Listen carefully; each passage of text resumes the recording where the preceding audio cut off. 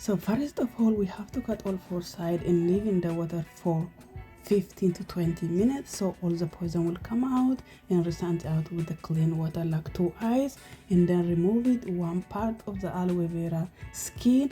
And then I recommend to use it a spoon, please, to remove the gel, because with the knife it's really dangerous to remove it, and also get cut it and it's not like successfully. You don't remove all the gel. You scoop it like this and remove all the gel from there, and then you blend it out. You don't have to put any liquid, any water or anything. You just blend it like this, and then make sure you find cotton cloth, cheesecloth, anything that's the PC one go through to strain it out like I'm doing. I buy this one Tesco. I live in UK. You can find it in Aldi, Lidl, anywhere. It's really easy to strain it out. You don't want to end up with full of white thing on your hair when you use, if you use for your hair, and then you look like you have done first. So that's it. As you can see, we have all bit. Look at the pieces, a lot of them.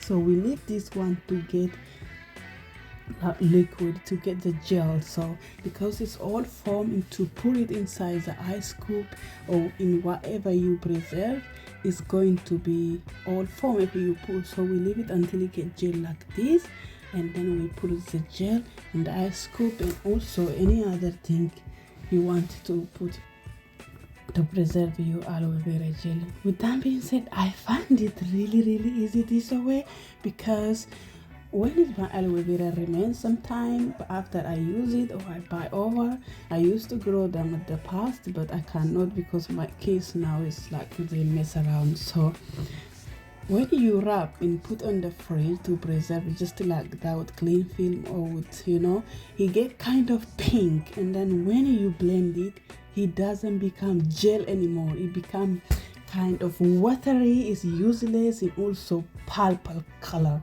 So I don't like that one. This always fresh and stay. Whenever you use, you just pick it.